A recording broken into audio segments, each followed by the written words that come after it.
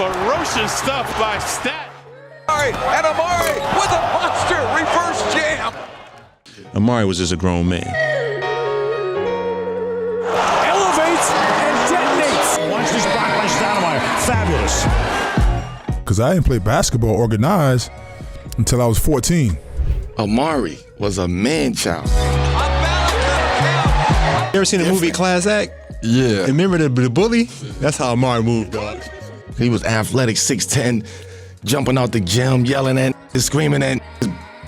Like, now imagine Amar'e Stoudemire, what if? Why would I sit here and be questioning myself? Crazy. When you got people like, Amar'e Stoudemire. For he was NBA mentality already.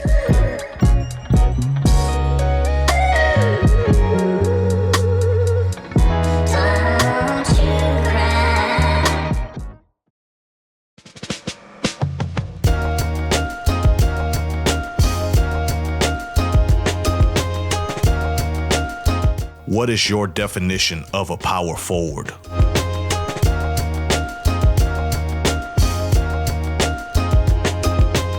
A power forward is a player that provides low post scoring with the additional ability to stretch the floor by adding mid-range scoring, often with great efficiency. A power forward is also a decent rebounder, typically the second tallest person in the lineup behind center. The power forward position is also the deepest position when you talk about talented players that played the game. The list of players in this position includes Tim Duncan, Kevin Garnett, Charles Barkley, Dirk Nowitzki, Karl Malone, Giannis Antetokounmpo, Anthony Davis, and Kevin McHale, to name a few. But there's one player that I didn't mention who was arguably just as good as all of those players in his prime. And if you paid attention to the title of this video, that player is Amar'e Stoudemire. Amar'e Stoudemire is often left out of conversations while discussing the greatest power forwards ever. I believe that should not be the case. In today's video, I will discuss why Amar'e Stoudemire should be in more top 10 power forward conversations, and that he was amongst one of the best players in the most competitive era when it comes to the power forward position.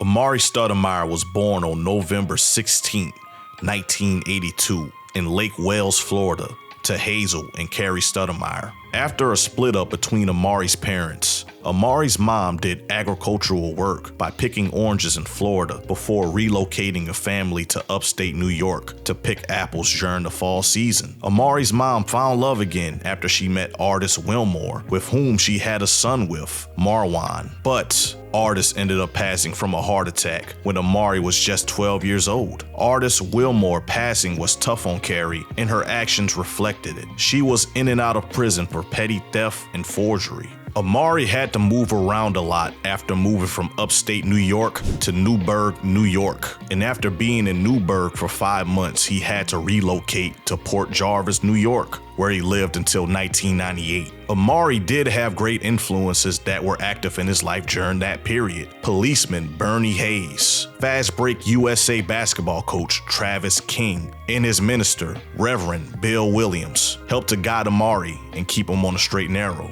The instability from moving around a lot in his youth caused Amar'e to be a late bloomer when it came to the game of basketball. Amar'e did not start playing organized basketball until the age of 14. Amar'e transferred between 5 high schools and 2 states. After all of the transferring, Amar'e only ended up playing 2 full seasons and ended up missing his entire junior year of eligibility. Amar'e also excelled on the football field and aspired to go to Florida State powerhouses such as FSU and the University of Miami. But after averaging 29.1 points per game, 15 rebounds, 6.1 block shots, and 2.1 steals per game on the basketball court, football wasn't an option anymore. Amar'e had the country on notice. He was a McDonald's All-American, Florida's Mr. Basketball, the Orlando Centennial Florida High School Player of the Year, and was a All-USA Basketball First Team member. This led Amar'e to be the #1 ranked high school player in the country. Amar'e committed to the University of Memphis, coached by John Calipari, but ended up decommitting to declare for the 2002 NBA draft. Amar'e went on to be taken number 9 by the Phoenix Suns in that year's draft. Now I know what you're wondering. You did not click on this video to hear me call out statistics or Amar'e's accomplishments. I had to tell a story of a young Amar'e to emphasize why his accomplishments are even more impressive. Amar'e went on to have an impressive rookie campaign, winning Rookie of the Year over Yao Ming, who was voted to be an All-Star that year, Caron Butler, and Hall of Famer Manu Ginobili. After Amar'e's rookie season, he then upped his points per game averages to 20.6 points per game and 9 rebounds per game in the 2003-2004 season. And then after the arrival of two-time MVP Steve Nash, Amar'e had a career year, averaging 26 points per game and 8.9 rebounds per game while shooting 56% from the field in the 2004-2005 season. If you are a fan of advanced analytics, Amar'e led the league in offensive win shares at 11.3 and was 3rd overall in win shares, and had the 4th best PER rating that year behind only Kevin Garnett, Tim Duncan, and Shaquille O'Neal. Now how's that for company?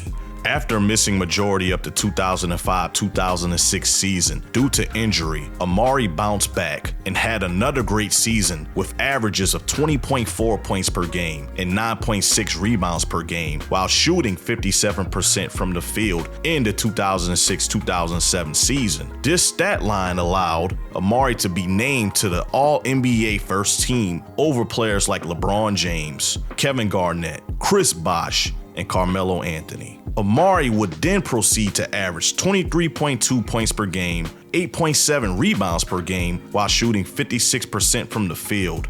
Amar'e also made 2 more All-NBA teams in this span, being a second team member on both occasions. But my personal favorite season from Amar'e was his first year with the New York Knicks, where he was an All-NBA performer for the 5th time in his career, on averages of 25.3 points per game, 8.2 rebounds per game, and on 50% efficiency from the field. This is impressive because it is to be noted that he did not have Steve Nash anymore in his first year in New York, but was still able to produce, being the focal point of the team. 2010-2011 would be the last of Amar'e's peak years due to a decline in his health, and with the addition of a ball-dominant forward, Carmelo Anthony, which took away touches from the Big Apple star Amar'e. Amar'e's stretch during this span was an all-time great display of excellence, dominance, and efficiency, but this is of course overlooked due to other forwards he had to go up against in that era. And one of the 3 forwards that I will be mentioning is the consensus greatest power forward of all time.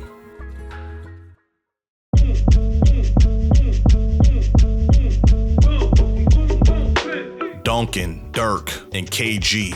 All 3 were MVPs. All 3 were All-NBA first teamers. All 3 guys led their teams to conference finals appearances, and titles. With the exception of Dirk, were top-tier defenders in their positions. I can make a valid case that Amar'e deserves to be mentioned with these other greats. If you make a case that Amar'e needed Nash to be successful, I will make a case that Dirk needed Jason Kidd to win a championship. That same case can be made for Tim Duncan needing Avery Johnson or Tony Parker to win championships. Or, just like KG needed Terrell Brandon, Sam Cassell, or Rondo to be successful. If you were a big man, you needed a guard to facilitate the offense through you. Players like Jokic, Giannis, or Embiid were not even fathomable during this period. Dirk Nowitzki had a career average of 20.7 points per game, 7.5 rebounds per game, 0.8 blocks, shot 87% from the free throw line, and shot 47% from the field. Amar'e had career averages of 18.9 points per game, 7.8 rebounds per game, 1.2 blocks per game, shot 76% from the free throw line, and 56% from the field. In all but 2 categories I just named, Amar'e was better in more categories. Dirk's offensive game was probably the best out of all the power forwards in the NBA history, but he was a liability on defense, and due to Amar'e's solid play on that side of the ball, I can make a case that Amar'e was a better power forward in his peak between 2003 and 2011 than Dirk was. But when it comes to accolades, Amar'e can't light a candle to Dirk. Dirk has an MVP award. He's a 14-time All-Star and a 12-time All-NBA teamer, with 4 of those being named to the first team. If you look into the stats, you will see that they are not far off from each other. Now, the other 2 power forwards that I am about to mention were the superior forwards of that era, Kevin Garnett and Tim Duncan. Kevin Garnett has a story similar to Amar'e's. KG also came straight out of high school to the NBA and made an instant impact in the league. KG had higher highs than Amar'e and was also an MVP award winner. He was selected to 9 All-NBA teams, with 4 of those being first-team selections. KG was also a 15-time NBA All-Star, but where KG created separation between him and his peers were on the defensive side of the basketball, making 12 all-defensive teams. KG averaged 17.8 points per game, 10 rebounds, 1.4 block shots, 79% from the free throw line, and 50% from the field. Amar'e's numbers are close to KG's numbers, and it's also important to note that KG and Amar'e had similar styles of play. Hyper-athletic forwards that typically out-hustled their opponents, decent shooters from the mid-range, and both went to the NBA right out of high school. KG is often mentioned as the 3rd greatest power forward of all time, so for Amar'e to have identical stats to KG and performances from the advanced analytics category that rivals KG shows why Amar'e needs more appreciation.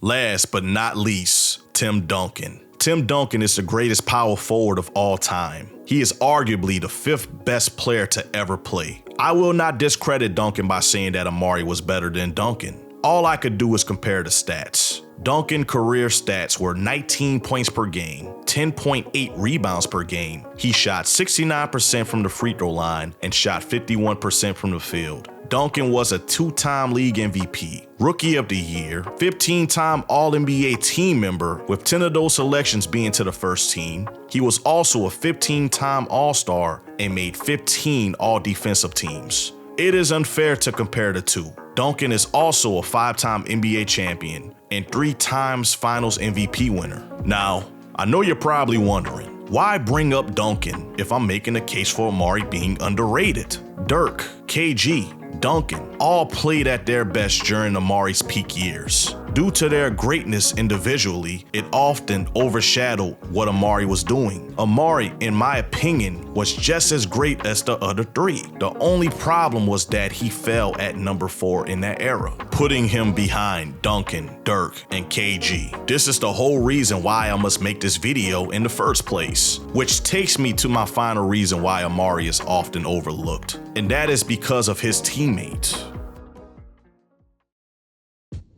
Steve Nash was a dream teammate for most players. He was arguably the most unselfish player of that era. He was a genius with the basketball by setting up his teammates with magical passes. He was a great shooter and a member of the 50-40-90 club during his peak. And his hair? I mean, do I really have to elaborate on that? Steve Nash was known as the conductor for the Mike D'Antoni 7 seconds or less offense, which had Nash as the focal point of the offense. Mixed with the rule changes that eliminated hand checking and D'Antoni giving Nash the green light to do whatever he felt was right with the basketball, Nash won 2 league MVPs in the 2004-2005 and 2005-2006 seasons. He nearly three-peated when he was nearly beat out by Dirk in the 2006-2007 season for MVP. Steve Nash led the league in assists all 3 of those years and averaged a respectable 17.6 points per game in that 3-year span. But with all that being said, what if I was to make a case that Amar'e had a better 2004-2005 season than Nash? Hear me out. If I'm wrong,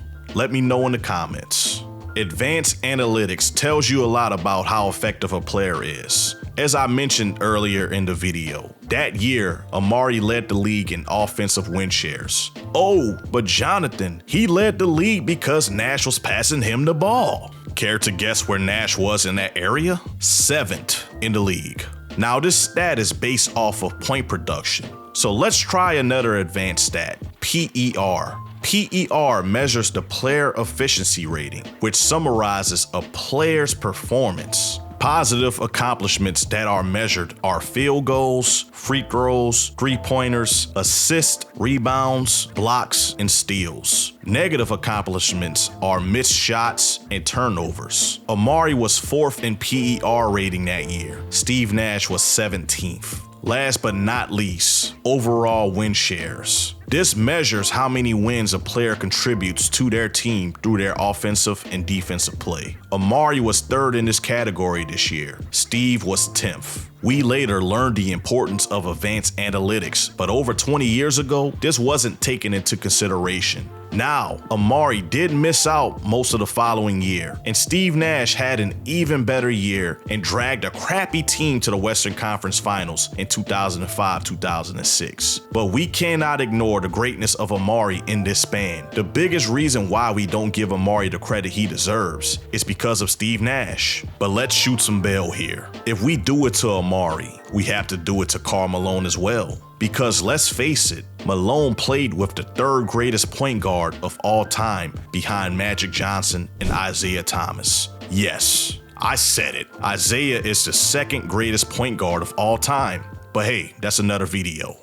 Amar'e Stoudemire is one of the greatest talents that we have ever seen. He had a rough upbringing, which led him to being a late bloomer when it came to the game of basketball. He was a lottery pick in the NBA with only 2 seasons of organized basketball under his belt. He went on to be the best rookie of his class and beat out Dirk and KG in some seasons, who are arguably 2 of the top 4 power forwards to ever play. All I'm saying is that Amar'e needs to be in more people's top 10 power forwards lists, and that he is one of the most underappreciated stars of all time. Amar'e's story is one of the best stories I've ever seen, and this is what makes Amar'e one of the most underrated players of all time.